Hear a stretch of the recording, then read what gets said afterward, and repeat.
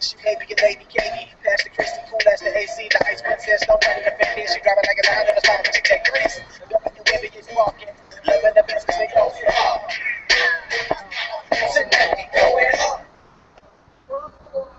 Well, good evening, WNBA and LA Sparks fans, and welcome in to the LA Sparks 365 Network, your 24/7 365 comprehensive home of the WNBA and your two-time WNBA champion Los Angeles Sparks. Welcome back, folks, to LAS 365. We've had a few days off to attend to a few of our scheduling needs over the past couple of days. But we are glad to be back here, folks, and of course, we not miss it. But folks, welcome to WNBA 365. This is Draft Day Central, recapping the 2015 State Farm WNBA Draft, alongside Chris and Mancy via the Google Hangout from the Internet Studios up in Anaheim, California. Cal McClure joining you here from Studio 171 in San Diego. Chris, good evening. Very fun day, of course, covering the draft like normal, man. Other than that, how's it going? Nothing much, just very hot right now. Again, folks, a very fun day covering the WNBA draft. We will, of course, get to the draft today in just a few moments. Of course, we've had a few other pretty significant headlines across the WNBA the past few days and weeks, folks. And we have not been able to come to you, folks, due to scheduling conflicts and much more going on at this point in time. But, ladies and gentlemen, again, a pretty significant story breaking a few days ago. Earlier on this, just a few days ago. But again, folks, as you may have been with us the last time, where we were talking about Diana Taurasi sitting out for the 2015 season, well, folks, the second domino has fallen in regards to the LA Sparks, where announced a few days ago, the LA Sparks announced that forward and center Candace Parker will miss an undetermined number of games at the start of the 2015 season in order to be 100% healthy before joining the team on the floor. Sparks Executive VP and General Manager Penny Toller released a statement saying the following quote, that, quote, "This was a decision Candace made that she felt was in the best interest of her health and in the best interest of the team. Our goal has always been to win another championship, and having a healthy and rested Candace Parker will undoubtedly help us down the stretch. We are confident in our core leaders, WNBA champions, and international stars that will lead the Sparks. When Candace is ready, she will return to the court healthy and rested to help the Sparks in our quest to win the 2015 title." Close quote, end of statement. Now, Chris, obviously, man, I'm a bit hurt and a bit disappointed that this is happening. But, Chris, at the same time, man, if anyone knows me well, if you've watched the network the past couple days, you know, man, that we both said that once Diana's domino fell, more and more players would start following suit, Chris, again, of taking that time to leave and not play during the summer, Chris, to let the bodies heal. And, of course, Chris, I wrote about this a few days ago on my website at calamac.wix.com/calamac-sports. Chris, are you at all surprised, man, that it's a player, again, Chris Balls, man, it's another superstar sitting out X amount of games to rest, and, of course, Chris, as we talk about as well, man, the other, hurdles that the WNBA goes through, man. Your initial thoughts, and I guess, Chris, overall thoughts about hearing that Candace Parker missing undetermined amount of time again due to rest. What do you think?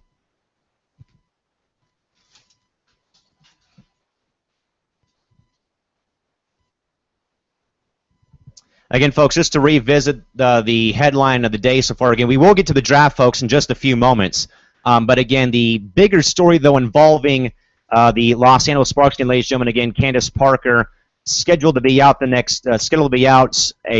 a undetermined amount of games due to rest for the season. Of course, folks, as you know very well, with the international season with Candace playing over in Ekaterinburg, again, she felt in her best interest, folks, it was the perfect time to let the body recoup a little bit. Now, folks, while we do stay on this topic briefly, again, ladies and gentlemen, again, once more, but again, the bigger story, though, of the overshadowing the draft, ladies and gentlemen, again, Candace Parker, LA Sparks forward and center, again, sitting out a undetermined number of games for the start of a season. in order to be 100% healthy for the season. Now, again, ladies and gentlemen, as we had said, though, earlier in the offseason, once more again, where we knew, though, that once Diana Taurasi, left the Mercury for the season, we knew eventually that more and more of the players would start sitting out, either to rest the body and or because of the difference in pay between the foreign club and the WNBA franchise. Now, again, ladies and gentlemen, if you remember very well, again, in my blog story, I wrote again that Diana Taurasi, again, is out for the season, but again, she gets paid more than 3/4 more salary in Russia as opposed to the WNBA, where she gets paid the $110,000 to $107,000, which again 3 times more salary for D over there in Russia. So again, am I at all surprised, folks? No, I'm not, because again, if you've gone to my site, you've read my last story written on April 10th about this, folks. Again, I am in no fashion shocked, surprised, or stunned that another player has decided to not play either for the whole year or part of the year, because again, there's a lot of burdens, a lot of obstacles, again, not just the pay, folks, but in regards to just general overall physical and mental fatigue. I mean, when you play the sport, year-round, 12 months out of the year, either for some cash or more money in the piggy bank, you're bound to get injured, you're bound to get tired and a little bit, frustrated with yourself, like, why do I have to keep playing so much? But again, folks, not only does Parker and Taurasi's absence hurt both the Mercury and Sparks going forward, folks, again, as I brought up to you in my story again, it also does not help the league going forward in regards to television, in regards to TV revenue, in-game attendance, so a lot of factors, folks, are going to be hurting once, if and when Parker and Taurasi come back. Of course, D is going to be out for the year to rest up her body. But again, folks, we want your take, though, on this again. Hearing that once more another player has once more again, again, seeing another player, folks, choose to rest for the season again. We'd love to get your thoughts on this either on Facebook and or Twitter. Give us your thoughts and opinions on this on Twitter at Calamac3, at LASparksFan30, or also at LASparks365. Again, folks, Candace Parker missing the start of the season for 2015 again to rest for the again to be fully healthy for the 2015 season. Now, with that, folks, of course, today was the 2015 WNBA Draft, brought to you by State Farm Insurance, held today from the Mohegan Sun Arena in Unica, Sable, Connecticut. Folks, a lot of things happened today. Now, again, if you folks saw the tweet from the network at the end of it, again, yes, I was covering the draft for you folks on the Twitter handle while announcing a high school baseball game, so you can thank me later for that. But again, folks, once more, another great turnout this year at the draft by a lot of the invitees, like Brittany Boyd, Jewel Lloyd, Amanda Zuba B, KML showing up tonight, so of course that happened. And also, folks, by the way, Chris Mancy left to hang out. Should be back in time soon, we hope. Again, probably had some connection problems with his computer. We'll hope to get those resolved at a later time and date. But with that, folks, again, had a lot of fun, as we said. I had a better time covering the draft as opposed to covering my baseball game today. But I was able to both do the game and also, of course, I was able to announce my game, but also cover the draft at the same time. So, folks, going at the draft today, a lot of great stuff happening, of course. Now, folks, even before the draft today, I need to talk about Jewel Lloyd and Amanda, and Amanda Zuibe, who were two players that I think that I can recall, folks, in 11 years. They're the first two players to leave their school, to leave class early to go to the WNBA draft before they finish school. So again, applauding Jewel and Amanda again. A lot of there was some mixed reviews, I guess, about why is Jewel and why is Amanda doing this? Why didn't they stay all 4 years? Sometimes either there's factors. Sometimes you can kind of say you feel like you're a little bit better than the college kids may feel, but I think that it was the perfect move made by both Jewel Lloyd and Amanda Zuibe, because frankly, folks, before they came in the draft party, you kind of had an indication. By the way, folks, that's my dog, by the way, it's playing with my jug of water, in case anyone's wondering what that was. But I think beforehand, though, that KML was probably the very first we thought was the slated #1 draft pick. I think before Jewel Lloyd popped in to the mix, then Amanda Zuibe out of Minnesota. By the way, a quick tweet here. Thanks for watching. Philly Kid 215 at Rambod 68. She says, or they say, I think what Candace is doing is a good thing. I'd rather her sit out and come back healthy than her play hurt and injure herself more. Totally agree. As I've said plenty of times, folks, if you know me well, I'm a former athlete myself, and I can tell you firsthand, playing year-round is not easy on the body nor on the mind. So some great viewer interaction here already from Philly Kid 215 at RainbowBot68. Thanks for the tweet. Keep sending in those tweets. We'll, of course, get you on the program like we did just now.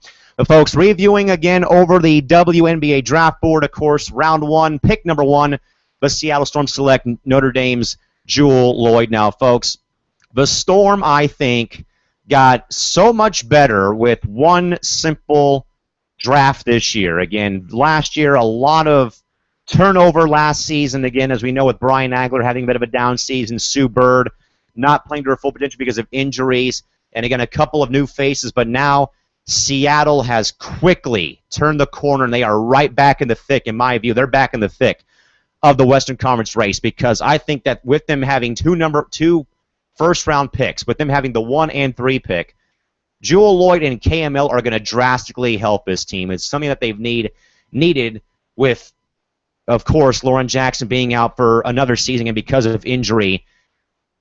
You couldn't ask for two bright spots for the future between Jewel Lloyd and Kalena Mosqueda-Lewis going to Seattle, and I think that the fans up there will fall in love with both those two the very instant once they put that green and gold on Game 1 versus LA next season. And again, folks, I truly believe that the Storm are right back where they should be, and that's in the top 4 in the Western Conference.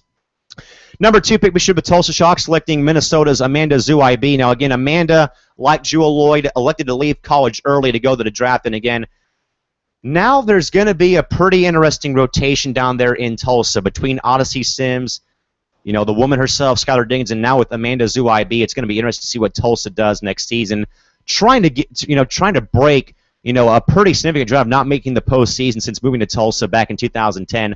Some very bad years, but I think that Fred Williams now has 3 young studs that I think can probably lift the Shock into the postseason for the first time in quite some time. #4 overall pick, the Connecticut Sun taking Duke's Elizabeth Williams in the #4 spot. Looking over Elizabeth Williams' prospect profile on WNBA.com, a 6'3" center and forward out of Virginia Beach, Virginia.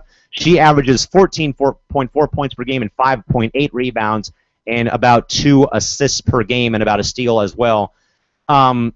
Connecticut, again, they continue to get younger, and I like the approach that the Sun are taking in keeping this roster age young. Yes, they're inexperienced. Yes, they'll take their licks next season, but they're on the steady incline ever so slowly. And I think, though, that when you do get Shanae Agumake back healthy after her microfracture knee surgery, once that finishes, and then you do have Elizabeth Williams, you have so many other young studs coming up, the Sun are going to be back on the right track in the in the next 2 to 4 years, I think.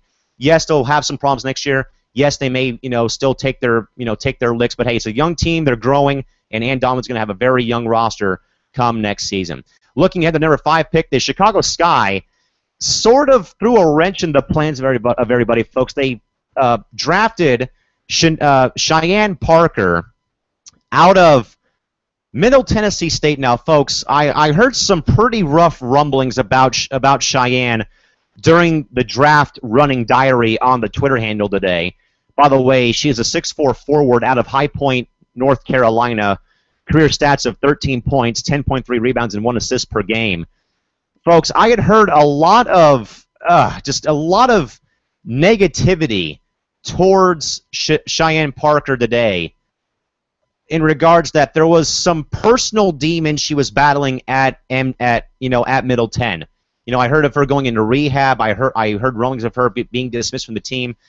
Again, probably not the selection you want to make number 5 overall. But I think, though, that change of as I said before, folks, change of scenery can only help, Parker going forward. I think that, yes, there may have been some problems at the college level, but that doesn't mean that that's going to happen in Chicago. And, folks, she's got a great leader, Cappy Pondexter, along with the young stud, Elena Deladon, that can help groom her and keep her on the right path. Now, folks, also, pretty significant news today broken by hoopfeed.com. Talk of Sylvia Fowles, the 6'6", homegrown, basically, Chicago Sky center, played her whole career since '08, wanting out of Chi-Town for a trade. We'll have more about that, but very interesting, folks, that Sylvia Fowles would ask for a trade from Chicago. Again, a team that drafted her back in '08 and who she's played her entire career for so far in her career. So, again, very interesting point brought up, though, or a very interesting rumor brought up about Sylvia Fowles wanting out of Chicago sometime soon. Then the San Antonio Stars today, their number 6 pick, selected Wake Forest 6'3" forward Derica Hamby today out of Marietta, Georgia. Looking over her prospect profile, she averages 14 points per game, 5.3 rebounds, and 1.5 assists per game. But Stars this year, folks, again, a very big transition year. Again, there's no Becky Hammond this season, restocking up on Danielle Robinson, but also, again, lacking some veteran leadership. And I think that with this move here, this move is going to solidify the forward spot for San Antonio, because Danielle Robinson played some extended minutes last season at the forward spot, did a great job, and of course they do have a very young Kayla McBride in her second year, only going to get better, and of course then as well, sure they have some problems as well with the center spot, with Danielle Adams having a bit of a minor injury overseas, should not affect them, and I think the Stars hang around, folks, but I just don't know if they really have that one player yet. Of course, they can make moves, but of course, I think right now the Stars might be outside looking, but don't count them out, though. They're going to give some teams some fits, though, towards the later end of the season.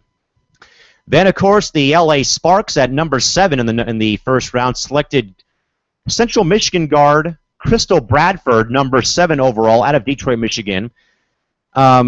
Just seeing what's been going on at this point in time. I mean, this one sort of, I think, was a bit of a shocker, I guess, a little bit caught off guard that the Sparks would do this, because, I mean, the Sparks had pretty much, folks, I think the Sparks had a pretty golden opportunity here to select a high-name, high-profile player, but instead, knowing though that the guard position let them down drastically last season with how poor Lindsey Harding had played last year, along with Chris Tolliver missing time. Again, not a lot of production there. Again, addressing the guard needs, yes, but again, probably not the player most people had expected the Sparks to pick up. But again, looking over Bradford's line, 17.3 points per game, 8 rebounds, and 3.5 assists per game. So I think, though, the Sparks made a right move again, going with that guard position, but again, did pass up on a few big puzzle pieces, like Brittany Boyd, Rashawn Gray. That were notable names that lucked out. But the Sparks still selected Crystal Bradford at number 7 overall. Then the Washington Mystics, number 8 overall, Allie Mallett out of Dayton, 6'4" forward out of Middletown, Ohio, averaging 12 points, 4 rebounds, and 1.5 assists per game. The Mystics, folks, sort of in that almost like a minor rebuild again. Ivory Lauder re-signed. Glad to see that. Mo Curry gone to Phoenix now via free agency, but again, I think that Mike Tebow knows what he's doing. I think if Albert Lee was on here, he'd tell us different, but I think, though, that with Mike Tebow, knowing that his team, again, lacked a lot last year again, sure they brought in the 2 studs from UConn and Bria Hartley and Stephanie Dolson last season. I think, though, that with the Mystics, again, they're really, in my view, not criticizing, but just in my view, they're kind of staying put. They're going to be 3 or 4 perhaps in the conference standings next season. I mean, they're going to be in a lot of ball games next year. They may have a tough struggle playing Chicago and Atlanta next season, but I think that they're still going to be in the middle. They're going to be 3 or 4, maybe 2 perhaps. We'll see what happens. But again, Washington selecting Allie Mallett, number 8 overall in the draft. And the number 9 pick, folks, which would have gone to San Antonio, but trader Bill Laimbeer works his draft day magic once more, and Bill Laimbeer trades the pick with the Stars for Alex Montgomery. He does, and with that pick, he does get one of my favorite players, folks, 5'9" guard Brittany Boyd out of California and Berkeley, California. Brittany's career averages 12.5 points, 4 rebounds, and 5.5 assists per game. And of course, Boyd selected number 9. And again, Brittany Boyd, one of my favorite players, folks, and a avid follower of me on Twitter, one of my good friends out there. Again, folks, Are we at all not surprised, though, that Bill Laimbeer would jack up the roster, get that lottery pick loss, but still, though, work his magic and get a pick in the first round via trade? He did it last year, when he, during that trade with Connecticut, when he dealt away Tina Charles, he gave that pick to the Sun. Where this year, he works some magic with the Stars. He gives him Alex Montgomery, and they give him the number 9 pick, and hey, he gets Brittany Boyd, who I think is going to help New York again. And I think that the Libs, after losing Cap in that trade to Chicago, they are very slowly and very closely getting back on track. I think that Bill finally sees that, look, this is not Detroit, Michigan anymore. This is not the Shock I coached in 03, 06, and 09 that won those titles. This is a completely different team that I'm coaching. Now that I've got some youth now it's a matter of time of me using my head right to getting those young kids. And I think, though, that Brittany Boyd may, in fact, be probably, a front runner, I think, for Rookie of the Year, perhaps, if, in fact, she stays with New York. But, again, the Liberty trade for the number 9 pick with the Stars and select Brittany Boyd out of Cal. Then the Atlanta Dream at number 10 swoop in and select Samantha Logic out of Iowa, 5'9" guard from Iowa. Again, her stat line across the board, 11.4 points, 5 rebounds, and 6.6 assists per game. Now, Atlanta, a sluggish season last year, just not much of a very good season for her for the Dream, especially folks. Again, Michael Cooper comes in after they blow out Fred Williams because they lost the championship. Tough year, painful exit in the playoffs. Tough way to go down in those 3 games to Chicago. But I believe, though, that Atlanta's going to get right back on track once they get a few more young bodies. I think that they've done a good job so far, and I think that Samantha Logic is going to come in. I think she may be that one piece that perhaps Atlanta needed desperately, because I think, though, that they've lacked a little bit in depth in regards to either, they've lacked some depth. Of course, DMJ down there banged it with her Achilles problem. So, again, I think, though, that with Atlanta trying to get these young kids in, plus you got Shoni Shitmel, too. I mean, that's the highlight of the entire team right there as well. Then the Libs and Lynx swapped picks. The Liberty stole the number 11 pick from the Lynx while they dealt away Anna Cruz, and they raked in Kia Stokes out of Connecticut, the 6'3" center out of Marion, going to the Liberty, averaging 4 points per game, 3.8 rebounds, and 7.7 assists. Kia Stokes and Sally, folks, under the radar player with Big Blue during the tournament. Of course, you think about KML and Brianna Stewart, of course, but I think that Kia Stokes sort of was that player she was sort of the glue that held UConn together, because she had a few big plays there. And I think, though, that with her going to New York, folks, again, she's going to gel very well with Brittany Boyd, along with the other players there, like Tina Charles when they had Cap. So I think that, sure, the 4 points is one deal, but I think, though, that those numbers will start going up sometime soon for Brittany Boyd, along as well, of course, with Kia Stokes, too, also going to New York as well. Then, of course, the defending WNBA champions make a pretty interesting but pretty cool move. The Liberty, or the Mercury today, drafting Isabel Harrison, the 6'3" center who was hurt during this SEC tournament out of Tennessee, folks. I could not be happier for Izzy. Sadly, see her career end at Tennessee with that torn meniscus, that problem that she had in the conference tournament, with her injury. And I think, though, that the Mercury, again, I don't think they needed the help, though, at the center spot, because, again, they do have the 6'8", alpha male, the stud Brittany Griner playing center.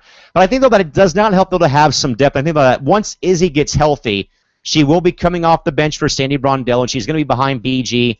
She'll come in either when Griner needs rest or if she has foul trouble. Izzy's going to be in there, but again, cannot be happy to see Izzy Harrison, again, who had a very significant, a pretty, sad injury, to see her career and see her college career end with that injury, of course, at UT. Looking over a few things here as well, just seeing what's going on. Looking briefly, folks, over the next rounds is the third member of our broadcast team's having too much fun in the background here. He's been tearing up my laundry bag, and he's, of course, been messing with my water as well. Round two, going across round two, folks, briefly, Tulsa, number 13 overall, Brianna Kessel out of Pittsburgh. And the LA Sparks, 14 overall in round 2 select, Sierra Burdick out of Tennessee, 6'2" forward out of Charlotte. A great move here, folks, by the Sparks, again, not only because we'll have a UT connection, of course, with Candace Parker and Burdick playing, but, of course, Sierra, again, had a very productive career at UT, again, playing alongside Izzy, alongside her other teammates as well there. But, again, a great job by her, averaging 6 double-doubles.